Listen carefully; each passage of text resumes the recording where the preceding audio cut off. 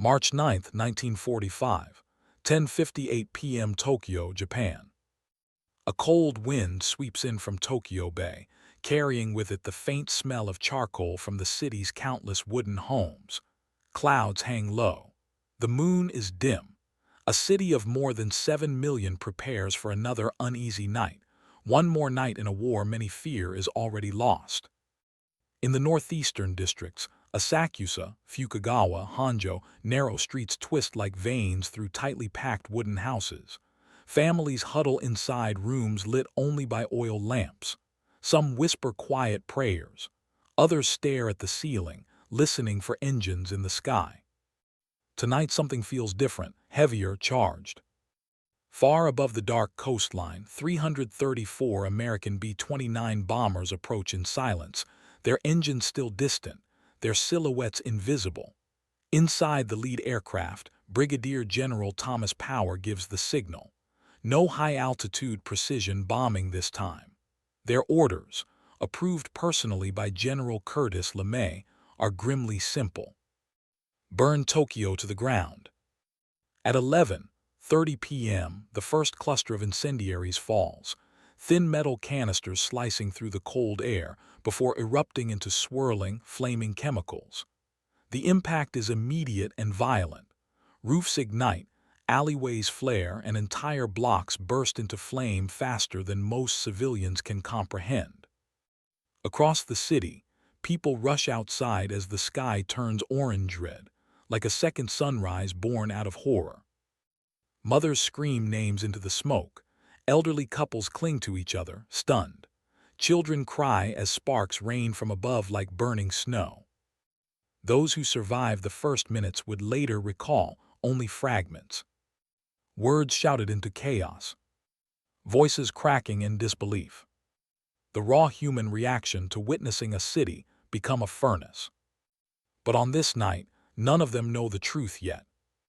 Tokyo will not simply burn. It will become the single, deadliest air raid in human history. To understand what Japanese civilians said on the night Tokyo burned, we must step back, months, even years, into a nation slowly being cornered by the weight of a war it could no longer control.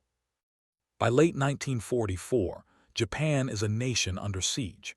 American submarines choke supply lines. Strategic bombing has already begun to erode industrial centers.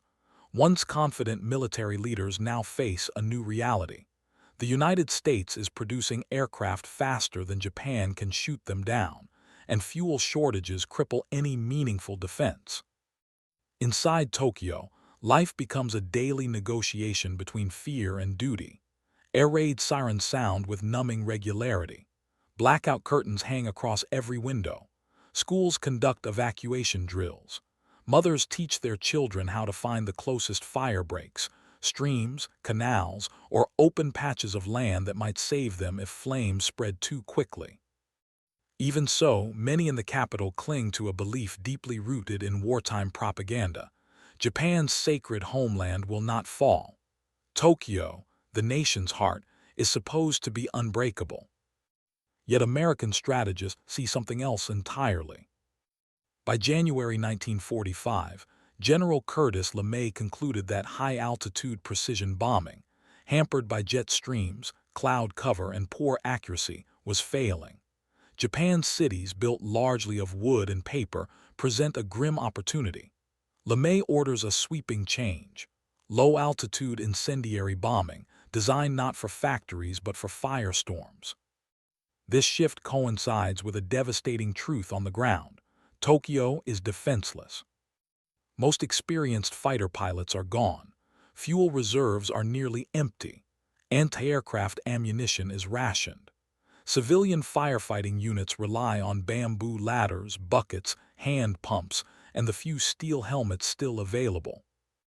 The government publicly urges calm. Newspapers reprint slogans promising eventual victory. Radio broadcasts emphasize resolve and loyalty. But in private, Tokyo citizens begin to whisper fears they would never dare say aloud. Food shortages worsen. Refugees from earlier bombings in Nagoya and Osaka bring grim stories. cities reduced to ashes in hours. Rumors circulate of new American weapons, bombs that release fiery chemicals, bombs that cannot be extinguished with water alone. By early March 1945, the mood in Tokyo hung somewhere between dread and resignation. Inside the Imperial General Headquarters, reactions vary. Some senior officers insist Japan must hold firm. Others warn that the capital is vulnerable. The emperor remains distant from strategic planning, but reports reaching the palace grow increasingly dire. Meanwhile, American intelligence maps Tokyo's densely packed districts with scientific precision, noting wind patterns, building density, and likely fire breaks. The result is a chilling calculation. Under the right weather conditions, a single night's raid could create a firestorm powerful enough to annihilate an entire quadrant of the city. And on March 9th, meteorologists report exactly what LeMay needs: dry air, low clouds, and strong winds from the north. For Japanese civilians, these details remain unknown. They cannot see the strategy unfolding across the Pacific. They know only the growing emptiness on shelves, the nightly tremors of distant explosions, and the creeping awareness that something catastrophic is approaching. They do not yet know that in less than 24 hours, their city will be transformed into a blazing labyrinth, and the words they cry out in terror, confusion, and disbelief will echo through history. March 10, 1945, 12:08 a.m. The firestorm begins. Within minutes of the first incendiary's landing, the northern districts of Tokyo erupt into a chain of violent, wind-driven fires. Flames leap from house to house with unnatural speed, forming tornado-like spirals as oxygen is sucked upward. Survivors would later describe it not as a fire, but as a living creature, roaring, crawling, devouring everything in its reach. And in those first terrible moments, the voices of civilians, shouted, whispered, breaking, capture the raw human reaction to the city's destruction. In Hanjo, a mother shakes her sleeping daughter awake as windows explode inward from the heat. "Run! Get up! Run now!" she cries, pulling her child into the street as sparks sting their skin. In Fukugawa, a family crouches inside a narrow home, watching embers rain through gaps in the roof. The father, unable to comprehend the scale of the attack, reportedly says in disbelief, "This is hell." Near the Sumida River, crowds push toward the water, coughing violently as smoke thickens until daylight vanishes. A young boy shouts, "Mother, where are you?" His voice is swallowed by the roar of flames and the screams of thousands running along the riverbank. Firefighting units, mostly older men and teenage boys, attempt to battle the inferno with buckets, but the heat forces them back. One volunteer gasps to his commander, according to later testimony. The water is useless, the wind carries the fire. Inside an underground shelter in Asakusa, families pack shoulder to shoulder, the air suffocating. An elderly woman clutches prayer beads and whispers shakily, "God, please protect us." Her voice trembles not from fear alone, but from the unbearable heat radiating through the shelter walls. On the rooftops, firewatchers shout warnings. "South, the fire is coming from the south." But the fire comes from everywhere. The shifting wind turns neighborhoods into traps. Streets that were escape routes moments before become tunnels of flame. Eyewitnesses later recall a chilling phrase, repeated by many fleeing civilians. "There's nowhere left to run." Amid the chaos, the question hangs unspoken in the smoke-filled air. How could a city of millions be burning in a single night? March 10, 1945, 6:15 a.m. As dawn breaks over Tokyo, the firestorm finally weakens. Winds slow. The roar fades. Smoke drifts into the pale morning light, revealing a city unrecognizable even to those who have lived in its streets for generations. Entire districts, nearly 16 square miles, are reduced to smoldering wasteland.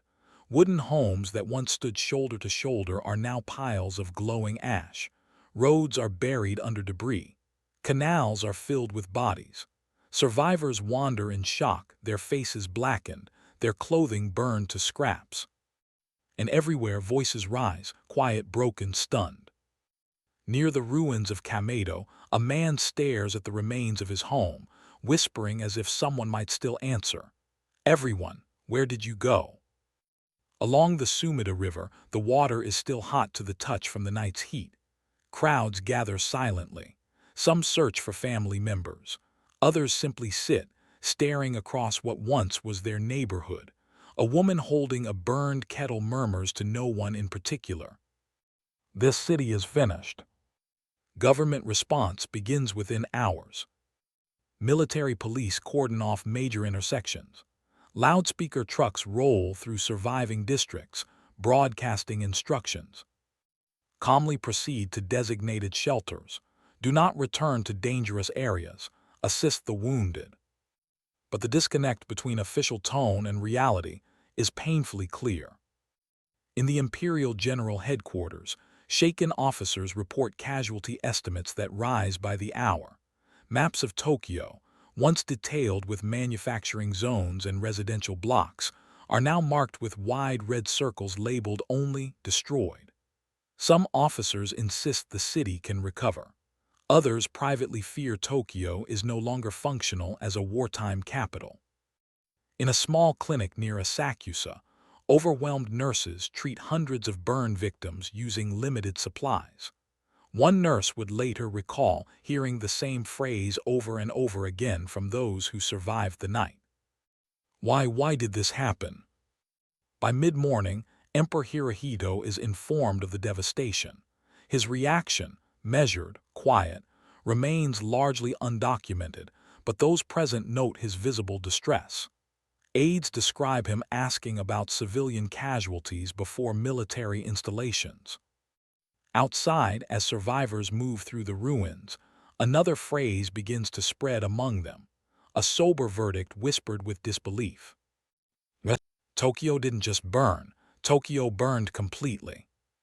The night is over, but the consequences are only beginning. In the weeks and months after the Tokyo firebombing, Japan struggles to comprehend what happened on that single night. Though the war is far from over, the raid leaves a permanent scar, physically, psychologically, and strategically. For civilians, the impact is immediate and brutal. More than 100,000 people are killed, most of them women, children, and the elderly. Over 1 million are left homeless. Train stations, schools, and temples become makeshift shelters overcrowded with survivors who sleep beside bundles of whatever belongings they manage to save. The words heard throughout the devastated districts in the days after the raid reveal the emotional weight that would follow Japan long after the war. We have nothing left. There is no city anymore. Where do we begin? Strategically, the firebombing of Tokyo marks a turning point in the American air campaign. The success of the low-altitude incendiary attack convinced General LeMay that similar raids could destroy Japan's urban and industrial capacity faster than the military leadership expected. Within weeks, major cities, Nagoya, Osaka, Kobe, are struck with the same devastating method. From Japan's high command perspective, the night of March 10th removes any remaining illusion that the home islands can withstand prolonged air attacks. Reports from Tokyo paint a picture too overwhelming to dismiss. A capital city unable to protect its civilians, let alone maintain wartime industry. Some military leaders privately fear that morale may never fully recover. Historians today view the Tokyo firebombing as one of the most consequential events of the Pacific War. It demonstrates the destructive potential of modern strategic bombing and raises enduring questions about civilian vulnerability in total war. Many scholars argue that the scale of suffering and destruction in Tokyo created a psychological shock comparable to what Germany experienced after Dresden, and in some ways even greater. There is also a tragic irony. Even as survivors search for missing family members and sift through ashes, Japan's leadership continues to hope for a decisive battle that might force better surrender terms. They do not yet understand that the path ahead, Okinawa, the atomic bombings, and eventually the Emperor's surrender broadcast, will bring even more devastation before the war finally ends. But for those who lived through the night Tokyo burned, the long-term impact is simpler and far more personal. Their memories, their losses, their broken city become lasting reminders of the human cost of war. For them, history is not a strategy. It is the fire they ran from, the voices they heard, and the world they woke up to at dawn. In the decades since March 10, 1945, the night Tokyo burned has become one of the most painful chapters in Japan's modern memory, an event often overshadowed by the atomic bombings, yet unparalleled in its human cost. For those who survived, the memories are not statistics or military reports. They are voices in the smoke, the heat on their skin, the desperate cries echoing through streets that no longer exist. Across museums, memorials, and family altars, accounts from that night still carry the same emotional weight. Survivors speak of the moment they realized the flames were moving faster than they could run. They recall the fear of losing loved ones in seconds, the disbelief as familiar neighborhoods vanished, and the haunting silence that followed the firestorm's collapse at dawn. Their reflections share a common truth. War does not spare the innocent. Tokyo's firebombing stands as a stark reminder that modern conflict can flatten cities, erase communities, and forever reshape the lives of ordinary people who never chose the war unfolding above them. From a broader historical perspective, the raid represents a turning point, proof that the Pacific War had entered a new, devastating phase. It showed that Japan's cities were vulnerable, that American strategic bombing was evolving, and that the battle for the home islands would become increasingly desperate. It also revealed something deeper, a society pushed to its limits, yet bound together by shared suffering and the determination to rebuild. Today, Tokyo rises as one of the world's most advanced cities, a testament to resilience. But beneath its skyline lies the memory of one night when the sky turned to fire, and a nation listened to the voices of its people as they struggled to survive the unimaginable. In the end, this story is not only about destruction. It is about humanity, fragile, courageous, and enduring, caught in the storm of history.